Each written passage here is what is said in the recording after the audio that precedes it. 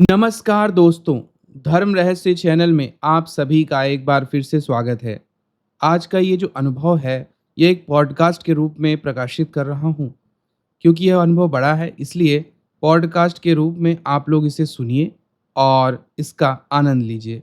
एक ऐसे व्यक्ति की कहानी जिसने तांत्रिक साधनाएँ की और उसके जीवन में क्या-क्या अलग-अलग तरीके के अनुभव हुए, उसकी पूरी यात्रा कैसे रही और किस प्रकार से उसके जीवन में अजीब हलचलें हुईं, ये सब कुछ आज के इस पॉडकास्ट के माध्यम से आप लोग सुन पाएँगे।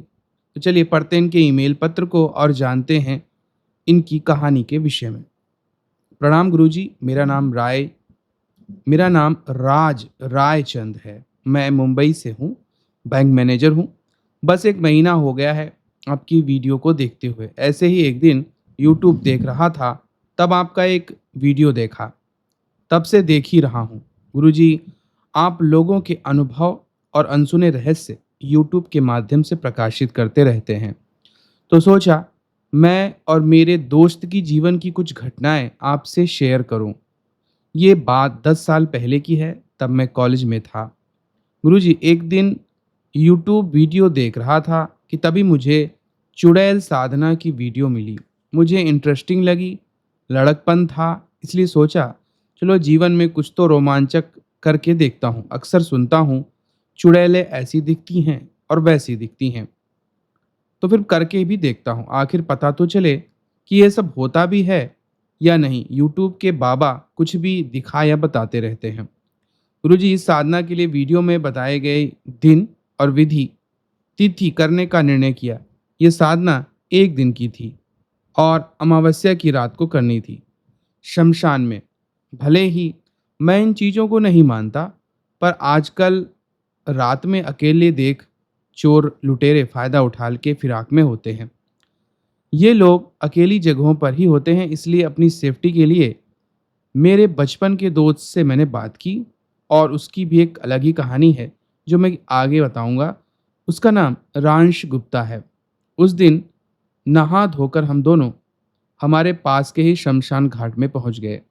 मैंने रांश से थोड़ी दूरी पर रुक जाने के लिए कहा और फिर एकांतवास में मंत्र का जाप करने लगा। ऐसा करते रहते 2 महीने बीत गए। अभी तक कोई अनुभव नहीं हुआ। सोचा क्या फालतूगिरी है, सब झूठ और लाइक्स और व्यूज़ के लिए ही यूट्यूब पर बताते हैं। इस चक्कर में मेरा बहुत समय बर्बाद हो गया है। पता नहीं क्यों इस बेफुजूल काम को हाथ में ले लिया। गुरुजी, 2 महीने का इस प्रकार करके फिर छोड़ दिया। रांश भी इन सब से बोर हो चुका था कि तभी उसी दिन एक यूट्यूब वीडियो में देखा कि शक्तियाँ ऐसे नहीं आती। इसलिए सोचा अब आखिरी बार रांश के बिना शमशान में जाकर अंतिम बार चेष्टा कर लेता हूँ। मैं नहा धोकर पूरी तरह पवित्र होकर वहीं शमशान गया और साधना शुरू की। 1 घंटा ही हो गया होगा, वहाँ जोर जोर से हवा चलने लगी। गुरुजी, मैं बचपन से ही माँ दुर्गा की पूजा करता आया हूँ। ओम दुम दुर्गाय नमः इस मंत्र का रक्षा घेरा बनाया था और जैसे जैसे साधना आगे बढ़ने लगी, वही डरावनी आवाजें आने लगी। लिटरली मेरी फट रही थी। बस थोड़ी देर हुई और एक बवंडर आया, मेरे चारों तरफ घूमने लगा। यह देखकर मैं बहुत डर गया। डर के मारे मैं वहीं बेहोश हो गया। सुबह मेरी आंख खुली तो मैं उसी जगह पड़ा हुआ था। ये जो रात को हुआ उसकी वजह से बहुत डर गया। वहां से जल्दी उठकर घर आके नहाया धोया और रात भर इस प्रकार से रहा। तो उन्हें कहा कि रांश के साथ मैं था। अपनी माँ को मैंने बताया। फिर दोपहर को ये बातें मैंने रांश को भी बताई। गुरुजी, वो भूत प्रेत साधना तंत्र मंत्र की वीडियो देखता रहता है। मेरी बातें सुन करके मुझ पर वह भड़क गया और डांटने लगा। क्या जरूरत है इन चीजों में पड़ने की? अगर कल रात कुछ हो जाता तो क्या करते? और फिर उसने मुझे काफी कुछ सुनाया। फिर उसी रात मैं टेरेस पे टहल रहा था, तभी मेरी नज़र मेरे पड़ोस के घर पर गई। वहाँ उसकी छत पर एक औरत उल्टी लटकी थी। उसका पूरा चेहरा जला था। मुझे देखकर स्माइल कर रही थी। यह देख कर के तो मैं डर ही गया और तेजी से अंदर आ गया और घर के मंदिर में जाकर बैठ गया। मुझे इतना डर हुआ देख करके मेरे छोटे भाई ने पूछा कि क्या हुआ, कुछ तो मैंने कहा कुछ नहीं। उस रात के मैं माँ के पास ही फिर सो गया। अगले दिन मुझे तेज बुखार हो गया। घर वालों ने डॉक्टर को दिखाया और बुखार मेरा 2 दिन में ठीक हो गया। यदि अगली रात को ऐसा फील हुआ कि मेरी कोई चेस्ट पर हाथ फेर रहा है, 2 मिनट तक ऐसा हुआ। फिर वो जो भी कोई था मेरे सिर को सहलाने लगा। इन सब में मैं बहुत डर गया। हनुमान चालीसा का पाठ करने लगा तो कोई चीज वहां से भाग गई। उसके बाद फिर पूरी रात तो नींद ही नहीं आई। फिर ऐसे ही 2 दिन बाद मुझे अति खूबसूरत एक युवती सपने में दिखाई दी। सपने में उसने मुझे विवाह का प्रस्ताव दिया। मैंने कहा फिलहाल मेरा विवाह करने का कोई विचार नहीं है। उसने कहा क्या मैं सुंदर नहीं हूँ? मैंने कहा नहीं, ऐसा तो नहीं है। फिलहाल यह सब विवाह परिवार की सहमति से ही करना चाहिए। ऐसे ही बातचीत हुई। अंत में कह के गई कि बाद में किसी दिन आती हूँ। ये सपना बहुत अजीब था। फिर ऐसे रोज हर समय मुझे महसूस होने लगा कि हर वक्त मेरे साथ कोई है और मुझे देख रहा है। इस बात से मैं बहुत डर गया और फिर हर रात मेरे साथ मेरे बगल में ही किसी को मैंने महसूस किया। इसलिए मैं अपनी माँ के साथ ही डर कर सोने लगता। और आश्चर्य भी यह हुआ कि डर भी इतना क्यों रहा था, क्योंकि मैंने यह साधना करके बहुत बड़ी गलती कर दी थी। ऐसे ही कई और दिन बीत गए। कोई अनुभव नहीं था। मुझे लगा कि अब सब कुछ सामान्य हो गया है, लेकिन नहीं, अब डरावने सपने आने लगे। अब सोचा ये तो ऐसे ही चलता रहेगा तो मेरा जीवन तो बहुत नुकसान हो गया। इसलिए सोते समय मैं माँ दुर्गा के रक्षा मंत्र को लगा लिया करता था। उसके बाद चुड़ैल का प्रभाव मुझसे कम होता गया। गुरुजी, मैं काफी समय से बहुत सी वीडियोस तंत्र मंत्र साधना के विषय में यूट्यूब पर देखता आ रहा हूँ। सारे लोग कुछ भी विधि के ऑडियंस के आगे झूठी साधना या विधि झूठी है।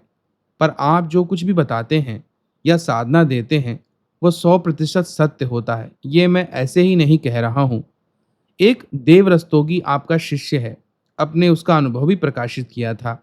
घर में भूतिया लड़की आना, ये सब ऐसे कुछ अनुभव हैं।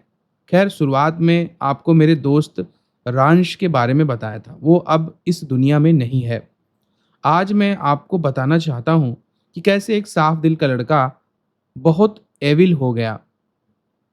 यानी कि इंसान जन्म से अच्छा या बुरा नहीं होता, उसे अच्छा या बुरा हालात या परिस्थितियां बना देती हैं। रांश मेरे साथ स्कूल यानी पहली कक्षा में 12वीं तक था। वो बहुत ही अच्छा लड़का था, पर बचपन से 8 साल की उम्र तक उसे बुखार आता था और बुखार सिर पे भी चढ़ जाता था और मुंह पर भी। साल में 2 बार ये होना पक्का था। ये सब 8 साल तक उसके साथ हुआ। उसकी वजह से बाकी बच्चों के मुकाबले उसका दिमाग कुछ ज़्यादा स्लो हो गया था। इसलिए स्कूल में बच्चे उसका मजाक भी उड़ाते थे, मारते पीटते भी थे। और चौथी क्लास में थे, एक दिन कुछ लड़कों ने उसे स्कूल से आते वक्त गटर यानी नाली में फेंक दिया। तब मैंने उसकी मदद की। और जब हाई स्कूल आया तब हमारे साथ 3 और लड़के थे जो हमारे ही पड़ोस के थे। रांश मेरी वजह से हमारे ग्रुप में आता था। ये बात उन 3 लड़कों को पसंद नहीं आती थी, इसलिए हर बार वो तीनों उसे बहुत मारते, उसकी पिटाई करते थे। रांश का आज तक कोई भी दोस्त नहीं बना था। हर स्कूल में अक्टूबर महीने में माँ सरस्वती का एक दिन के लिए पूजन होता है। उस दिन उन तीनों ने उसकी बहुत पिटाई की, लातों और घूंसों से उसे मारा, क्योंकि वो पीछे आ रहा था। हमारे ही गांव की एक लड़की उसे पसंद करती थी, लेकिन किसी वजह से वो उससे दूर हो गई थी। उसकी दोस्ती उसे वापस चाहिए थी। इस बात पर कुछ अनबन हुई और सुबह सुबह उसके पिता ने उसकी सुताई भी कर दी। उसके पिता बहुत गर्म मिजाज के थे। ये पहले से स्लो था, इसलिए घर में इसकी बहुत बेइज्जतियां होती रहती थी और मार पिटाई भी। यहाँ तक कि उसके भाई बहन भी उसे पीटते थे। फिर गांव में ही ट्यूशन के लिए उसे डाला गया। घर स्कूल में मार पिटाई होती और स्टडी में वीक होने की वजह से ट्यूशन वाले भी सब जगह उसकी मास रूप में इंसल्ट करते थे। गुरुजी, उसे इतना सहना आखिर क्यों पड़ा? उसके साथ हर बार बुरा होते देख बेचारे ईश्वर से भरोसा ही उठ गया। बाद में उसकी सोच ही बदल गई। अच्छे इंसान के साथ बुरा होता है, अच्छाई की तो कोई वैल्यू ही नहीं है। यह सब झूठ है।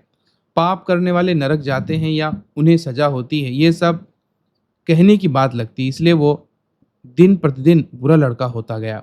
इतने ही नहीं, घरवालों और दुनिया वालों के लिए इतना गुस्सा था कि क्या बताऊं। पहली बार भूत प्रेत के नाम से तोड़फोड़, अपने पड़ोस के घरों पर पत्थर बरसाना, घर वालों को डराना, फिर पत्थर मारते हुए पड़ोसियों ने जब उसे देख लिया तो उसकी सारी करतूत पूरे गांव में फैल गई और उसकी फिर बहुत बदनामी हुई। फिर घर वालों ने एक तांत्रिक बाबा को बुलाया, फिर शायद सब कुछ ठीक भी हुआ। इसके मन में इतना गुस्सा था कि कई बार खाने में रेड पॉइजन यानी चूहा मार डालकर कोशिश किया, पर घर वाले बचा ले गए। एक बार तो फर्टिलाइजर खाने में डाला था और रात को सब्जी गर्म करते ही पता चल गया कि तब उसने इसकी वजह से उसकी भी बहुत फिर पिटाई हुई। इतना ही नहीं, इसने अपने छोटे कजिन्स का अटेम्प्ट टू मर्डर तक करने की कोशिश की। चाची आई इसलिए उस वो छोटी बच्ची बच गई थी। घर से ये पैसे भी चोरी करता। एक बार तो 2000 की चोरी की थी। इनकी बहुत सी गायें हैं, इसने गाय के बछड़े और बछड़ियों को बहुत मारा। घर वालों को पता नहीं चलता था कि कैसे मारता है। एक बार गायों को भी मारने का प्रयास किया था, पर वह विफल हुआ। गुरुजी 2016 में इन्होंने गायों के लिए सूखा चारा लिया। अगली ही सुबह सबके उठने से पहले उसमें आग लगा दी। सब कुछ जल के राख हो गया। इन लोगों को पड़ोसियों ने इसके परिवार को जगाया कि गौशाला में आग लगी हुई है। इन लोगों ने सारी गायों को फिर छोड़ दिया। गुरुजी हर गलत काम करने के बाद वो मुझे बताया करता था, इसलिए मैं उसे समझाता था कि ऐसा मत करो, अपने कर्म खराब मत करो, आगे चल के बहुत तकलीफ होगी, सारे पाप कर्म तुम्हें ही काटने पड़ेंगे। लेकिन गुरुजी उसने मेरा कहा कभी भी सीरियसली नहीं लिया। फिर 5 साल पहले इसके काका का निधन हो गया। 9वें दिन इसने बताया कि सिलेंडर ब्लास्ट करने की कोशिश की थी इसने, और सिलेंडर पे जो रेगुलेटर लगाते हैं उसी को इसने आग लगा दी। पेट्रोल की खुशबू चाची को आई, पर उन्हें पता नहीं चला कि कहाँ से आ रही है। इसके बाद घर वालों ने नींबू से डरना शुरू कर दिया। नींबू में काफ़ी सुई चुभाकर, हल्दी कुमकुम लगाकर, मुस्लिम तंत्र की तरह नींबू को रेडी करके कंपाउंड में रात को या सुबह ही सबके उठने से पहले वो रखता था।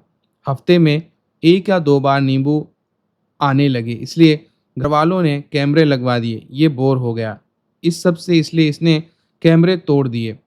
इसके परिवार वालों को लग रहा था कि ये पड़ोसियों का काम है, इसलिए उन्होंने कैमरे लगवाए थे। लेकिन एक दिन यह कैप्चर हो गया। घर वालों ने इसकी बहुत पिटाई की।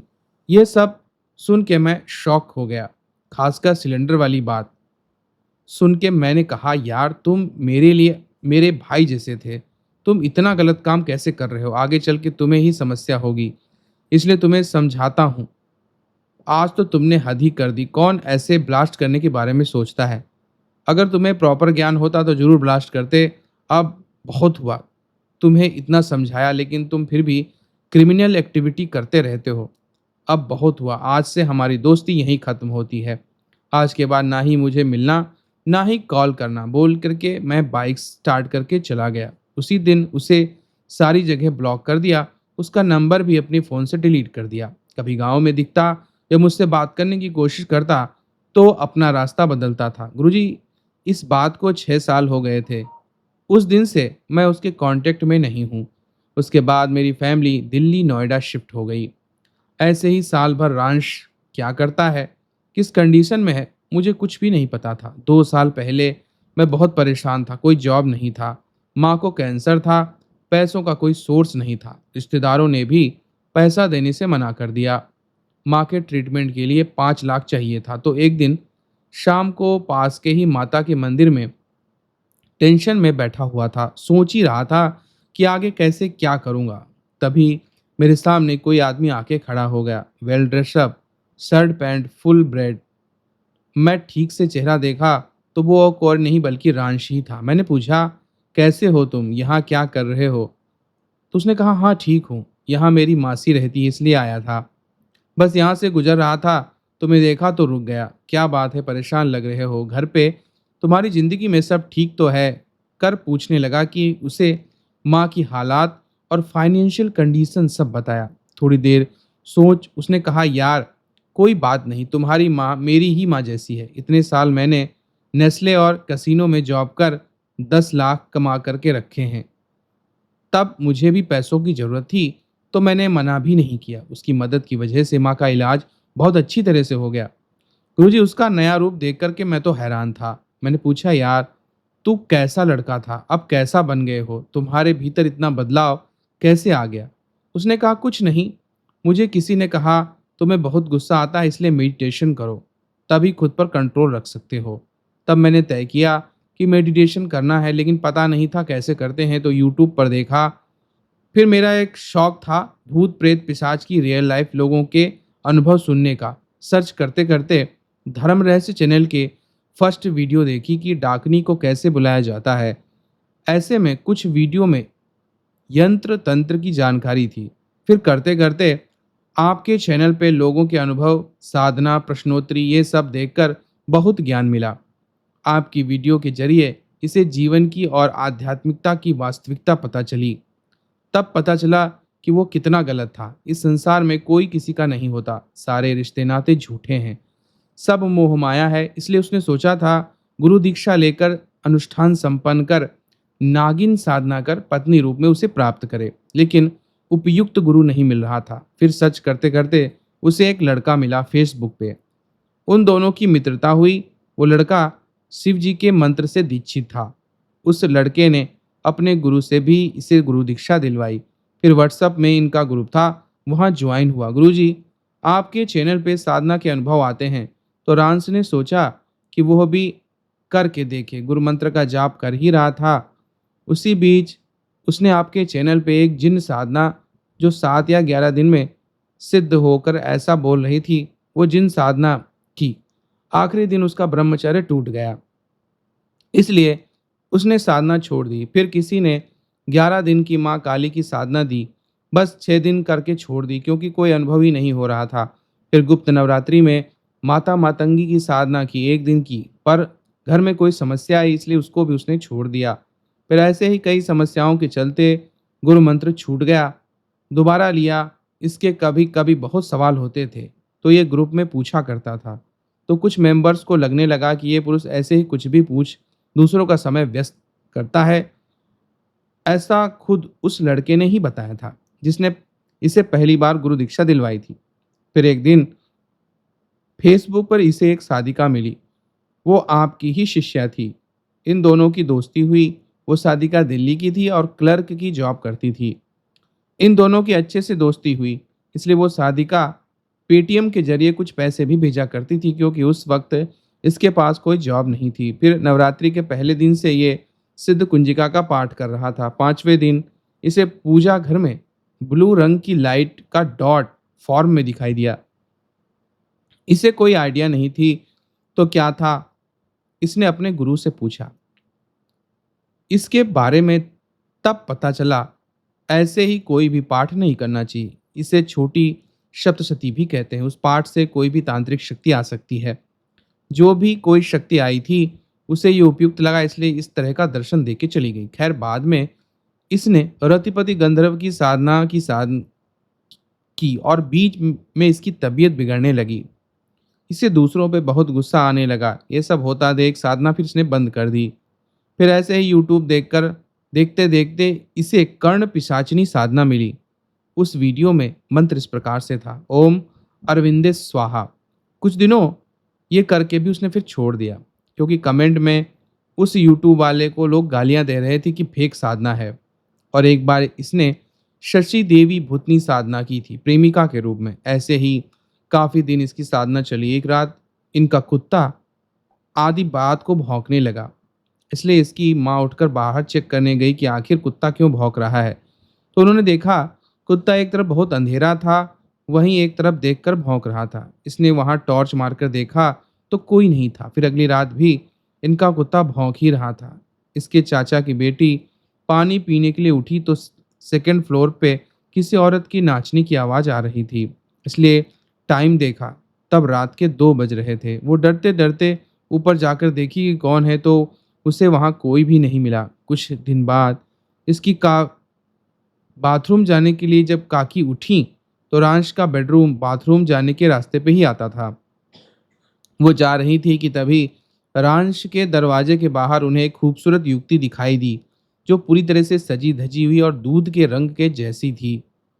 वो एक क्षण में गायब हो गई। उन्हें लगा कि वहम है। कुछ दिन बाद वही औरत रांश के पापा को इनकी छत पे दिखी थी, और जैसे जैसे इसकी साधना आगे बढ़ रही थी, घर वालों को और भी अनुभव होने लगे। रांश की छोटी बहन को देर रात जागने की आदत है, तो वो मोबाइल चला रही थी। उधर पूजा घर में रांश की साधना शुरू थी। इतने में रांश की बहन को घर के चारों तरफ किसी के पायल की आवाज आने लगी। डर के उसने मम्मी पापा को जगाया। तब उन्होंने भी ये आवाजें सुनी। वो भी हैरान, इतनी रात को घर के बाहर पायल कौन घुमा रहा है। इसके पापा ने घर के चारों तरफ टॉर्च मारकर देखा, लेकिन कोई नहीं दिखाई दिया। कुछ दिन के बाद घर में पायल की आवाजें आने लगी। रांश को सपने में उसके दर्शन होने लगे। सपने में रांश के लिए नृत्य और गीत गा रही थी। अगले दिन रांश को स्पष्ट रूप से उसका स्पर्श भी महसूस होने लगा। कोई शोल्डर पे टच कर रहा था। फिर कुछ दिन बाद कोई अनुभव ही नहीं। एक रात फिर से कुछ महसूस हुआ। सो रहा था कि तभी कोई उसके बगल में आके लेट गया। आंखें खोल के देखा तो कोई नहीं, इसलिए फिर से आंखें बंद कर ली। थोड़ी देर बाद रांश को किसी ने गले लगाया। रांश डर के उठकर चारों तरफ देखा, पर कोई भी नहीं था, तो सो गया। थोड़ी देर बाद फिर से किसी ने वही हरकत की। इस बार वो नहीं डरा और लेटा रहा, देखने लगा कि आखिर वो क्या करती है। और देखते ही देखते वो उसे चुंबन करने लगी, जैसे कि एक पत्नी अपने पति से प्रेम करती है। फिर क्या होना था, हो गया। परीक्षा में असफल, इसलिए आखिरकार उसका ब्रह्मचर्य टूट गया। उस रात से कोई अनुभव नहीं। फिर दोबारा इसने रतिपति गंधर्व की साधना की, और इस बार थोड़े जल्दी अनुभव शुरू हो गए। एक दिन रात में साधना करते समय इनके पूजा घर की लाइट ऑन ऑफ हो रही थी। यूं कहे तो ब्लिंक होने लगी। इसे लगा बल्ब में कुछ खराबी आई है। इसने ध्यान नहीं दिया और मंत्र जाप करता चला गया। फिर 2 दिन के बाद ये बाजार गया था। वहां लड़कियां इसे ही देख रही थी। ऐसे बहुत से लोग इसे घूर रहे थे। इसे बड़ा अजीब लगा। फिर घर आते वक्त रास्ते का कुछ काम करते मजदूर भी इसे घूरने लगे। थोड़ा दूर जाके इसे इसकी क्रश दिखी। वैसे तो वो इसे जरा भी भाव नहीं देती थी। इस दिन वो सामने से बात करने के लिए आई। जैसे साधना आगे बढ़ने लगी, इसके आस पड़ोस की लड़कियां इस पर लट्टू होने लगी। बाद में कुछ समस्या आई। इतना ही नहीं, एक लड़की तो इसके पीछे पागल हो गई। बार बार मना करने पे जान देने को कहने लगी। रांश कोई सांसारिक स्त्री नहीं चाहता था। उसे तो नागिन की सिद्धि प्राप्त करनी थी। बात बिगड़ते देख साधना बंद कर दी। तब जाके सब ठीक हुआ। रांश को पता था भूतकाल में उसने बहुत पाप किए, इसलिए वो अब एकादशी व्रत करने लगा। गुरुजी, 2020 में रांश ने यूट्यूब पर देख करके एक प्रयोग किया था, और रोज शाम को 2 महीने तक वो प्रयोग करता रहा। कोई अनुभव नहीं हुआ। फिर बंद किया। अब कुछ दिन बाद फिर से चालू किया। कुछ दिन इसे बहुत तगड़ा अनुभव हुआ, तो परमानेंट वो काम बंद कर दिया। तब से 1 साल में एक बार उसे वो आत्मा अनुभव कराती है। उसने ये बात कई बार अपनी माँ को भी बताई, पर उन्होंने कोई ध्यान नहीं दिया। एक दिन उसके माता पिता ने रांश को कहा, हमारी मुर्गी छूट गई है, इसलिए पिंजरा मॉडिफाई किया है। जब मुर्गी अंदर आएगी तब अपने आप बंद हो जाएगा। सुबह शाम 6 बजे उठ के चेक करना होगा। अगली सुबह यह 6 को उठ बाहर जाकर देखा तो बंद था, पर अंधेरे में कुछ साफ दिखाई नहीं दे रहा था, इसलिए घर के में जाकर टॉर्च देखकर ऑन करने ही वाला था। ये हैरान क्यों? क्योंकि वो पिंजरा खुला हुआ था। अपने आप तो खुल नहीं सकता। इतनी सुबह कोई नहीं था जो पिंजरा खोले। ये उल्टे पांव वापस भाग के आ गया। किसी वजह से फिर से गुरु मंत्र छूट गया, और तब उस साधिका ने फिर से गुरु दीक्षा दिलवाई। 3 साल तक सब अच्छा चला। वो साधिका रांश को पसंद आने लगी, पर इस साधिका ने मन में कुछ और ही था। ये बात इसके लिए अपने एक गुरु बहन को बताई।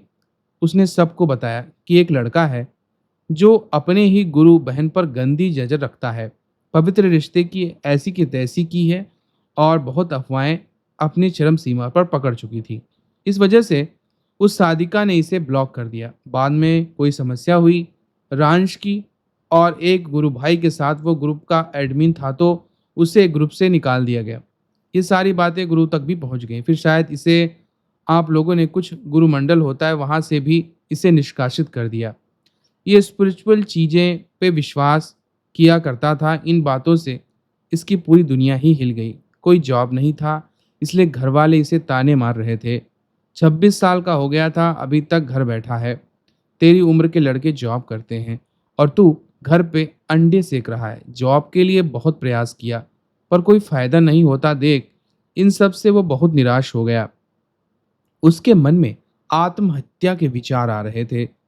उसे पता था कि एक ऐसी ही आत्महत्या की तो उसे भूत प्रेत की योनि मिलेगी, बाद में नर्क। इन सब की वजह से उसने सोचा पहले पुण्य अर्जित करूं, मंत्र जाप करूं, आखिर इन चीजों से तो बचेगा। उसने मंत्र जाप व्रत ये सब कुछ किया। कुछ दिन बाद उसकी काकी को किसी ने नेटवर्क मार्केटिंग बिजनेस के विषय में बताया।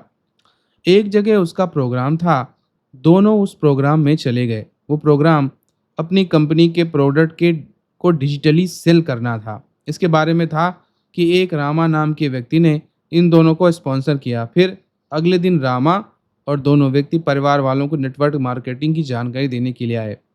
तब रांश डेली के लिए ही जैसे सिंपल लुक में था। शायद रामा नाम के व्यक्ति को रांश पसंद आ गया था। उसके बाद कुछ दिन बाद रामा इनके घर अपनी बेटी का रिश्ता लेकर आया। इसके परिवार ने कहा हमारा बेटा फिलहाल कुछ कमाता नहीं, नौकरी नहीं है।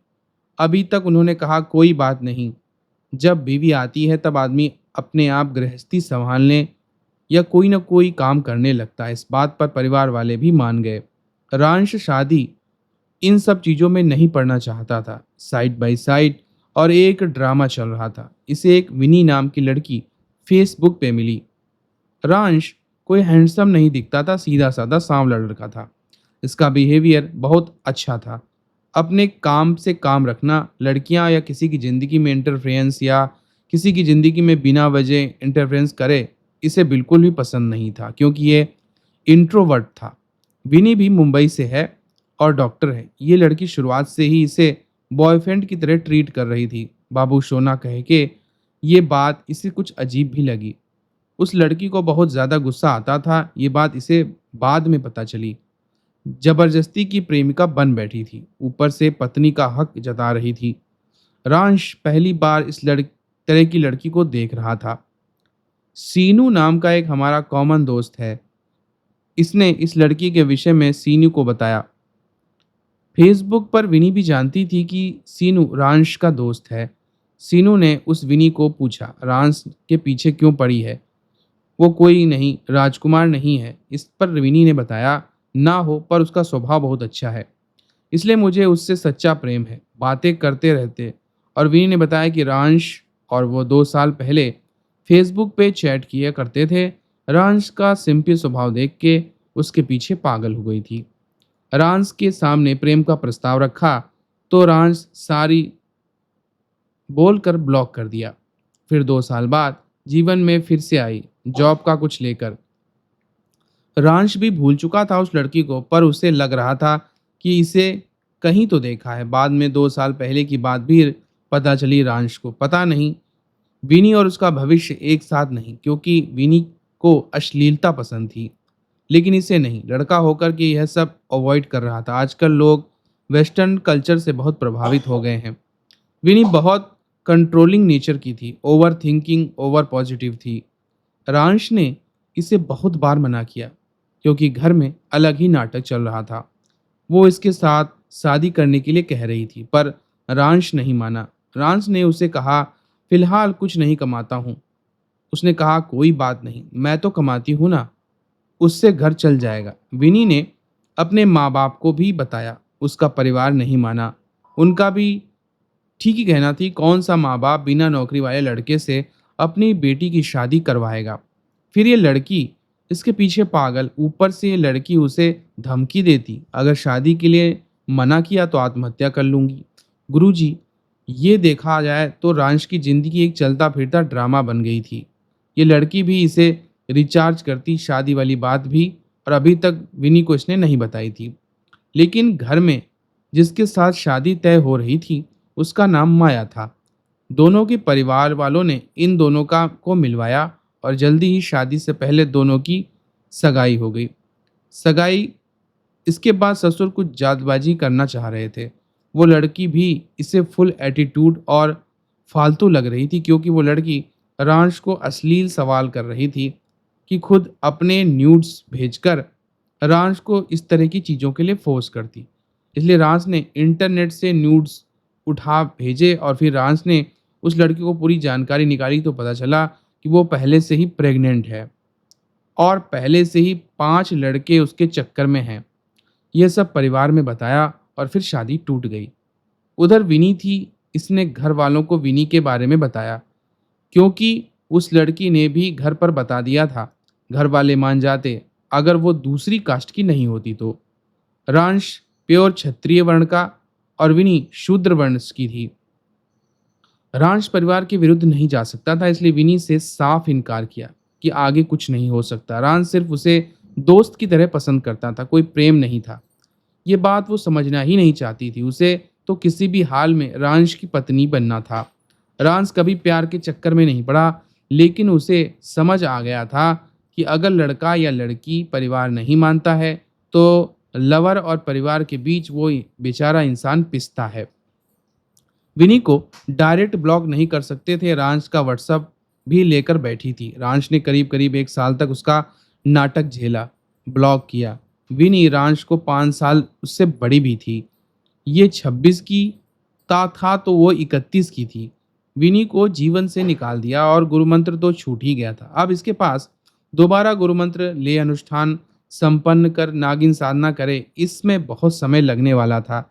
अब से इस माँ मनसा की भक्ति इसने शुरू की और नागिन ना सही किंतु नागलोक की प्राप्ति हो। अब रांश ने होम गार्ड सिक्योरिटी के लिए अप्लाई किया, तो अब घर वाले रांश की शादी के लिए लड़कियां देखने लगे, क्योंकि जॉब मिलने पर जल्द शादी करा सके। लेकिन रांश के मन में कुछ और ही था, क्योंकि आजकल के लोग लड़का हो या लड़की दोनों फालतू अश्लीलता युक्त हैं, और कोई सात्विक पूजा पाठ करने वाला सच्चा प्रेम एक इंसान वो सब कुछ मान के मानने वाला आजकल कोई मिलेगा ही नहीं। विनी बिल्कुल ऐसी ही थी, अपनी मनमानी करती। इसके मन में क्या है, ये क्या चाहता है, कभी नहीं देखा। वो भी अश्लील थी। रांश ये बात समझ चुका था। सारे रिश्ते नाते मोह माया, ये सांसारिक रिश्ते वाले लोग केवल अपने स्वार्थ की पूर्ति करते हैं। स्पिरिचुअल ग्रुप से निकालने के बाद गुरुमंत्र ही नहीं बल्कि पूजा पाठ भी छूट गई थी।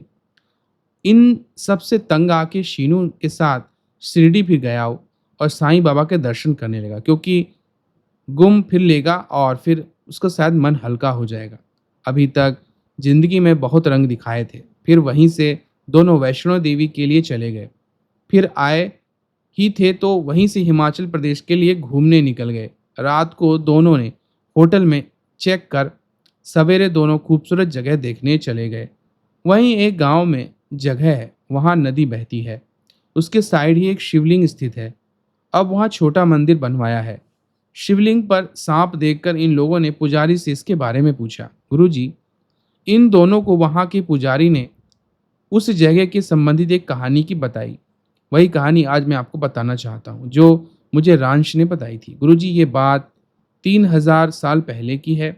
बानी और पार्थ नाम के 2 नाग और नागिन थे।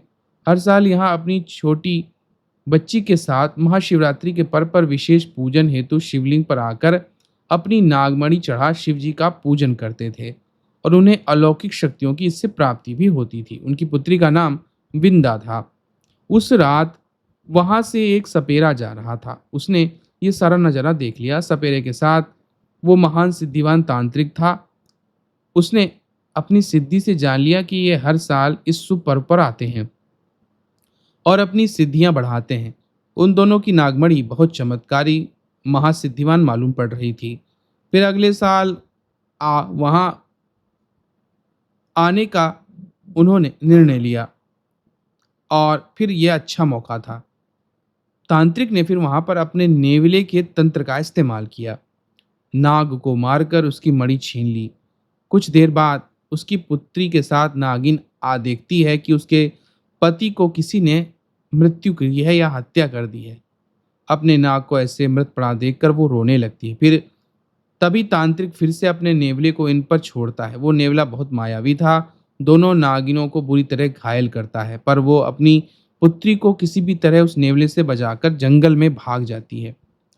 नेवला बानी को भी मार ही डालता है। वृंदा के पीछे अब भी वो नेवला पड़ा था। भागते भागते उसे बहुत सारी चट्टानें दिखीं। अपनी जान बचाने के लिए वो जाकर उनमें छिप गई, पर नेवले को पता चल गया कि यह कहाँ छिपी है। वो उसकी तरफ बढ़ने लगा। वृंदा मन ही मन ओम नमः शिवाय का जाप करने लगी। तभी एक चमत्कार हुआ। वहां पर एक साधु आया। उनके हाथ में त्रिशूल, माथे पे भस्म, तेजवान जटाधारी। उन्होंने उस नेवले को अपनी शक्ति से नष्ट कर दिया और वृंदा को बाहर बुलाया। पुत्री, अब डरने की आवश्यकता नहीं, अभी तुम सुरक्षित हो। उस साधु को वो रोते हुए सब कुछ बताती है। साधु बोला, कोई बात नहीं, उस दुष्ट का विनाश अवश्य होगा। बोलकर कुछ मंत्र पढ़ा, वृंदा पे फूंक कर पूरी तरह उसे स्वस्थ कर दिया। साधु कहता, सुनो पुत्री, जिसने भी ये दुष्कर्म किया है उसे अब दोनों मणि प्राप्त हैं, पर मरते मरते तुम्हारी माँ ने उसे श्राप दिया है। उसकी दोनों मणियों की शक्ति सिर्फ सच्चा मनुष्य, जिसके अंदर कोई छल कपट ना हो, ईश्वर की भक्ति, धर्म का पालन करता आया हो, वही मनुष्य इन शक्तियों को धारण कर सकता है। गलत हाथों में गई तो उस मनुष्य की मृत्यु होगी, किंतु उसके पूरे कुल का भी सर्वनाश हो जाएगा। देखो पुत्री, इसके लिए अभी तुम महादेव की भक्ति कर अपनी शक्ति बढ़ाने का कार्य करो। भविष्य में एक पुरुष आएगा, वही तुम्हारा जीवन साथी होगा और उस पुरुष को तुम पहचान जाओगी। मनुष्य पर नाग शक्ति से युक्त होगा। अगर उस मनुष्य का साथ तुम्हें मिल गया तो तुम अपने माँ बाप का बदला अवश्य ले पाओगी। उस पुरुष का 3000 साल के पश्चात जन्म होगा, परंतु उसके एक जन्म के बाद ही तुम्हारा कार्य सिद्ध होगा। इतना कहकर वहां धुआं फैल गया और धुआं हटा तो साधु गायब था। उस दिन साक्षात अपने भक्त के लिए भगवान शिव आए थे। फिर वृंदा शिवलिंग के उस स्थान पर चली गई और उसके माता पिता दोनों मृत्यु को प्राप्त हो चुके थे। अपने माँ बाप की हालत देखकर और रोने लगी। वृंदा अपने माता पिता के कातिल को उनकी आंखों में साफ साफ देख चुकी थी। उसने प्रण लिया, चाहे किसी भी हालत में हो, वो तांत्रिक अवश्य मृत्यु को प्राप्त करेगा। ये कहानी खुद पुजारी के दादाजी को उस वृंदा नाम की नागिन ने ही बताई थी। अब तक वो नागिन बहुत शक्तिशाली हो गई थी और 3000 साल से वो अपने उस पुरुष मनुष्य का इंतजार कर रही थी। अपने माँ बाप की तरह वो भी हर महाशिवरात्रि को यहाँ शिवलिंग पे अपनी मणि चढ़ा पूजन करती। एक बार ऐसे ही शिव भक्त यहाँ शिवरात्रि की रात साधना करने आया तो देखा एक दिव्य कन्या मंदिर में शिव तांडव कर रही थी, वो भी बहुत क्रोध में। गुरुजी, जैसे ही तांडव समाप्त हो गया वो नाग रूप ले वहां से चली गई। ये देखकर वो साधक बहुत डर गया।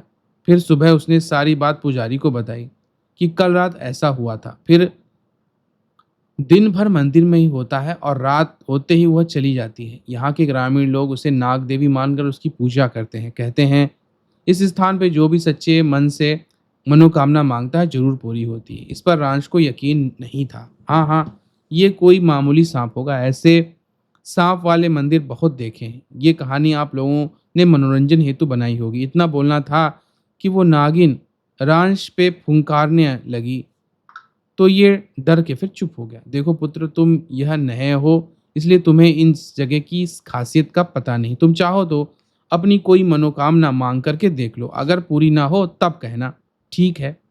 बोल के इसने मनोकामना मांगी कि अच्छी जॉब और सच्चा प्रेम करने वाले, शरीर से नहीं मन आत्मा से प्रेम करने वाली कन्या मिले। बस इतना मांगा। वो नागिन इन दोनों की तरफ आने लगी। दोनों भाग खड़े हुए। दोनों मंदिर के बाहर आके देखने लगे। नागिन मंदिर की सीढ़ियों तक आ बैठ गई और इन्हें देखने लगी। पंडित जी फिर बाहर आए। तब इन दोनों ने पूछा, कैसा सांप है ये, हमारे पीछे क्यों पड़ा है? तब उन्होंने कहा, आज तक बहुत भक्त आए, ऐसा कभी नहीं हुआ। जरूर कुछ गड़बड़ है, इसलिए तुम दोनों के पीछे आई है। अभी जो हुआ उसकी वजह से रांश चुप हो गया, पर सीनू को पता नहीं क्यों पंगा लेना था। उस नागिन को बोलने लगा, अगर तू सच में 3000 साल की इच्छाधारी नागिन हो तो मानव रूप पे आके दिखा। ये सुनकर पुजारी हंसने लगा और बोले, आज तक मैंने ही नहीं देखा, तुम कैसे देख पाओगे? आखिर क्यों ये तुम दोनों को मानव रूप दिखाएगी?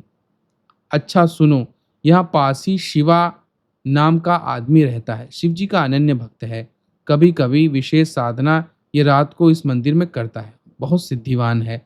लोगों की समस्या भी हल करता है। उसे जाकर पूछो, अगर पता कुछ बता पाए तो बता सकता है। उस दिन शाम को पुजारी के साथ ये दोनों शिवा नाम के व्यक्ति के घर गए, लेकिन वो नहीं था। तो ये दोनों वापस होटल लौट गए। सुबह जब आए तब इन लोगों को वो आदमी मिला। सीनू ने प्रणाम करते हुए कहा कि हमें उस मंदिर वाली नागिन के बारे में कुछ जानना था। मंदिर के पुजारी ने कहा कि आपसे पूछे। उन्होंने कहा ठीक है, पूछो क्या पूछना चाहते हो। तो इन्होंने पूछा, यहाँ पर नागिन की किंवदंती प्रचलित है, इसमें क्या सत्यता है, और ये मेरा दोस्त इससे मनोकामना मांगी तो वो नागिन हमारे पीछे क्यों लगी। इस पर उस बाबा ने रांश को बड़े ध्यानपूर्वक देखकर बोला, पुत्र वो कहानी बिल्कुल सत्य है। देखो रांश, आगे से तुम्हारा जीवन बिल्कुल पूरी तरह बदल जाएगा। आज से ठीक 2 साल बाद तुम आत्महत्या करोगे। ये सुनकर रांश ने कहा, हो सकता है करूं, क्योंकि मेरा जीवन आज तक चलता फिरता ड्रामा बन के रह गया है। आज तक जीवन में कुछ अच्छा नहीं हुआ। आप सिद्धिमान लगते हैं, कृपया बताएं मेरा आगे का जीवन कैसा होगा। तब वो बाबा बोले, पुत्र तुम्हारी मनोकामना जरूर पूरी होगी। एक बहुत बड़ा रहस्य उद्देश्य छिपा है। इस जीवन में ही नहीं, अगले जन्म में भी तुम्हें सब पता चल जाएगा।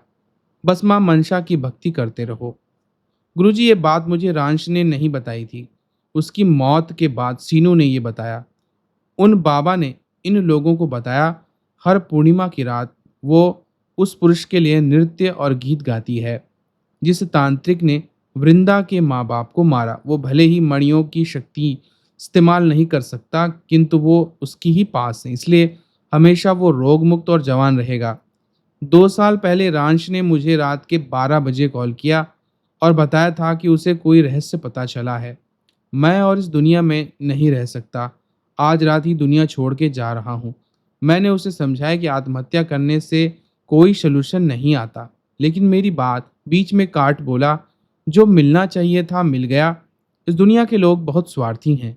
इनके पीछे भागना मतलब मूर्खतापूर्ण कार्य हुआ। बस तुम अपना और अपने परिवार का ध्यान रखना, और बोलकर उसने कॉल काट दी। कुछ गलत ना करे इसलिए उसकी माँ को फिर कॉल किया, पर लगा नहीं। तो सीनू को कॉल करने वाला था, लेकिन तभी सामने से उसका कॉल आया। उस मुझसे पहले रांच ने सीनू को बताया था कि मैंने उसे रांच कैसा आदमी है यह जानते हैं। वो पक्का आज कुछ ना कुछ करेगा, इसलिए तुम जाके उसके परिवार को बताओ। उसकी माँ को कॉल किया पर लगा ही नहीं। तुम उसके पास के गांव में ही हो, इसलिए बिना टाइम वेस्ट किए जाओ। गुरुजी, वो उस रात चला गया। उसके परिवार को उठाया पर बहुत देर हो गई थी। वो अक्सर हमें बोला करता था कि आत्महत्या ऐसे नहीं करूंगा, एस्ट्रल ट्रेवल के जरिए होगी। अब पता नहीं उसने वो तरीका इस्तेमाल किया या कुछ और, वो और ईश्वर जाने। मेरा एक और दोस्त परिवार के साथ वहां उस जगह घूमने गया। मैंने उसे ये कहानी बताई थी। उसने आके बताया, वहां उस मंदिर में कोई नाग फिलहाल नहीं है, पर हाँ ये किंवदंती बहुत प्रचलित है। रांश के साथ साथ वो शहर से भी चला गया, इसलिए मैं अंतिम संस्कार के कुछ दिन बाद उसके घर गया। उसके परिवार से पता चला कि रांश वापस घर आया। तब रांश पूरा बदला बदला लग रहा था। घर में किसी से बात नहीं करता, फैक्ट्री में अपनी ड्यूटी कर अपने रूम में चुपचाप रहता। एक और अजीब बात लगी, इन लोगों को जब से घर आया है तब से ये सांप इसके घर के आसपास इन्हें दिखाई पड़ा, इसलिए स्नेक कैचर को भी इन्होंने बुलाया, पर कोई फायदा नहीं हुआ।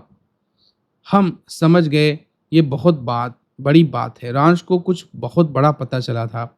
रांश के अलावा और कौन हमें कुछ बता सकता है, सोच ही रहे थे कि तभी हमें उन बाबा की याद आई। इस बार मैं और सीनू उस गांव गए। वो बाबा नहीं मिले। वो मंदिर गए, वहां जाके देखा तो कोई सांप नहीं था। पंडित जी से पूछा, सुना था यहाँ सांप था। उन्होंने कहा, हाँ कभी कभार रात में दिखता है। जब से ये और वो लड़का गया है, अगले दिन से वो सांप गायब। बाद में 3 साल बाद अब कभी कभार यहाँ देता है। सीनू ने उन बाबा के बारे में पूछा। तब उन्होंने बताया कि वो साधना करने गया है। सुना है शिवरात्रि और पूर्णिमा को दिखती है, इसलिए रात को कभी देर तक कुछ नहीं मिला। अब शिवरात्रि पर आके देखना था। एक माँ काली का साधक मेरा मित्र है, उसका नाम रोनित है, उच्च कोटि का साधक है। उसे सारी कहानी बताई। तब उसे भी देखने की इच्छा हुई और वो शिवरात्रि के दिन वहां चले गए। लोगों की बहुत भीड़ थी। हमने शिव जी के दर्शन कर रात को फिर आ गए और कुछ होने का इंतजार करने लगे। रात के 12:30 बज गए। मुझे लगा नागकन्या की कहानी झूठी है, सबको मूर्ख बनाते हैं। थोड़ी देर बाद मंदिर में कहीं से एक अति खूबसूरत लड़की आई। वो अप्सरा को भी मात दे रही थी। उसके साथ एक तेजवान पुरुष था। आपस में कुछ बातचीत कर दोनों ने अपनी नागमणि निकाल शिवलिंग को चढ़ाई और दोनों पूजन करने लगे। दोनों शिवलिंग के पास बैठकर शायद मंत्र का जाप कर रहे थे। यह सब कुछ अलौकिक था। फिर दोनों नाग रूप में कहीं चले गए थे। अनुभव बहुत दिव्य था। इस साल रांश की बहन की शादी थी, इसलिए मैं गांव लौट आया। पुराने सारे दोस्त मिल गए थे। ऐसे ही बातों में रांश के भाई ने बताया कि एक बार रांश ने नाग साधना की थी, मरने से 2 महीने पहले, और कोई सांप घर के बाहर आया था। बाद में घर वालों ने सांप पकड़ने वाले को बुलाया। यहाँ घर के आसपास जो सांप होता था वो बाद में गांव के शिव मंदिर में रहने लगा। कभी रात में रांश शिव मंदिर जाता था और पूछा तो कहता था कि साधना करने जा रहा हूँ। गांव वाले कहते कि कभी कभी रात में मंदिर में नाचने की आवाज आती है। रांश की मौत के बाद सब बंद। गुरुजी रोनित ने अपनी सिद्धियों से नागलोक का एक बहुत बड़ा रहस्य जान लिया। गुरुजी रांश के आखिरी दिन कैसे रहे, उसके साथ क्या हुआ, ये किसी को नहीं पता।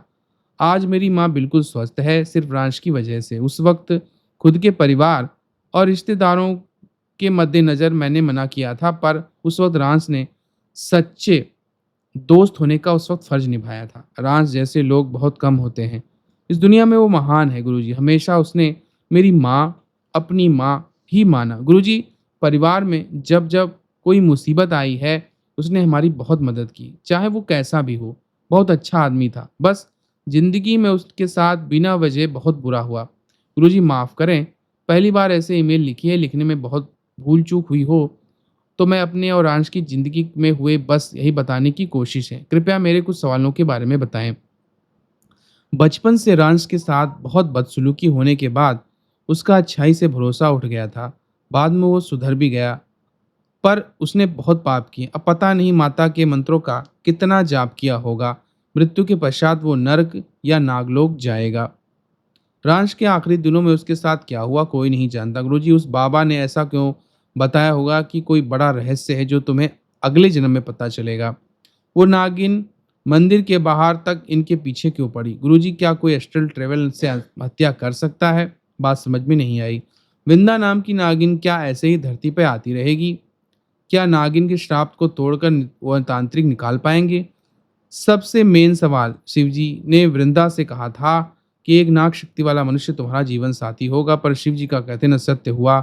उसे ऐसा कोई मनुष्य नहीं हुआ, बल्कि उसे तो कोई नाग मिल गया। शिवजी ने स्पष्ट रूप से कहा था कि एक नाग शक्ति वाला पुरुष आएगा, ऐसा तो कुछ नहीं हुआ।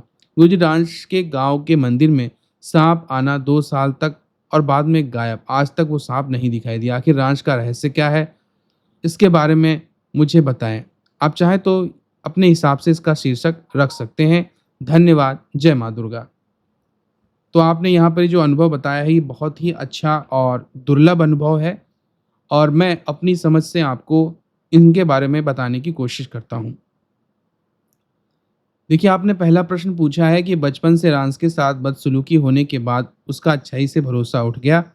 बाद में वो सुधर भी गया, पर उसने पाप किए हैं। अब माता के मंत्रों का उसे कितना प्राप्त होगा। देखिए, उसे नागलोक की प्राप्ति हुई है, इसलिए वो नरक तो नहीं गया है, और मंत्रों के कारण पूर्ण जन्म के जो पाप हैं उसने काफी नष्ट कर दिए हैं। दूसरा प्रश्न आपने पूछा है कि रांश के आखिरी दिनों में उसके साथ क्या हुआ होगा कोई नहीं जानता, पर गुरुजी, उस बाबा ने ऐसा क्यों कहा कि कोई बड़ा रहस्य है जो उसे अगले जन्म में ही पता चलेगा। देखिए, आत्मा जब एक शरीर को छोड़कर दूसरी किसी योनि में नया शरीर धारण करती है तो इसको अगला जन्म होना कहते हैं।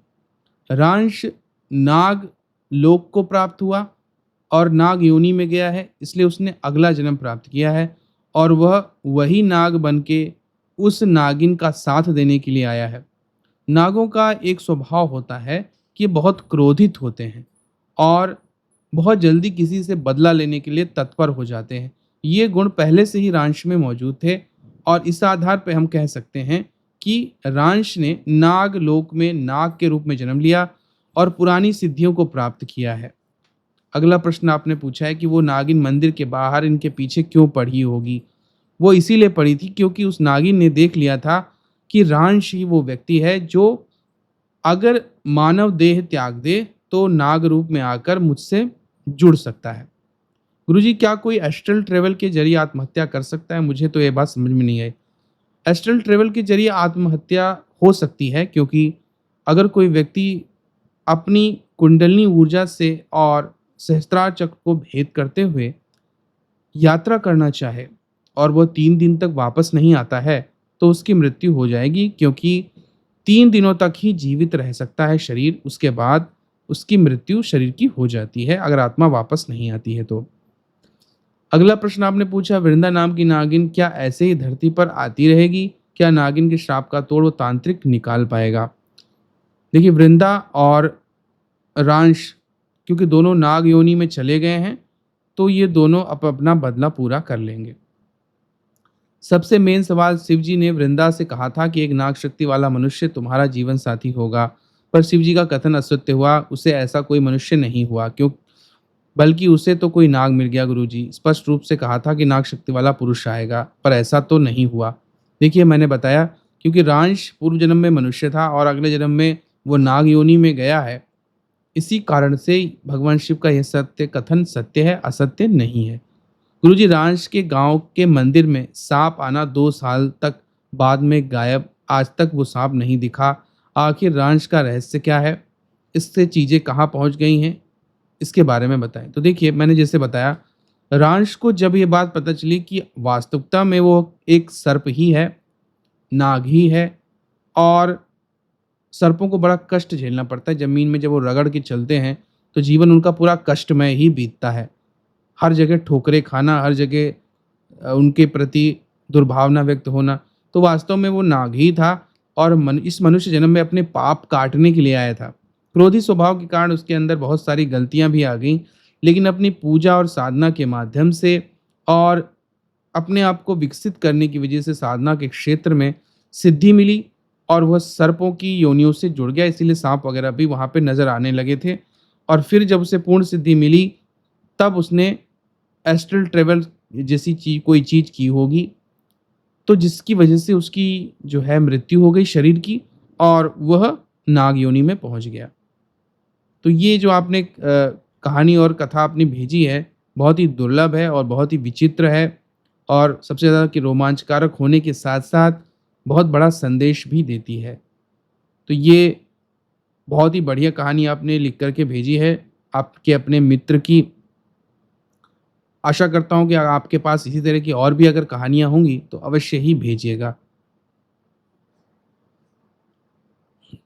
आप सभी को यह वीडियो कैसा लगा, ये पॉडकास्ट कैसा लगा, अवश्य बताइएगा। अगर चैनल को लाइक करते हैं, शेयर करते हैं, सब्सक्राइब करते हैं, तो और भी ज़्यादा इसी तरह के आपको पॉडकास्ट देखने को मिलेंगे। जिन्होंने अभी तक चैनल को लाइक, शेयर और सब्सक्राइब नहीं किया है, वह अवश्य करें। आप सभी का दिन मंगलमय हो। जय माँ पराशक्ति।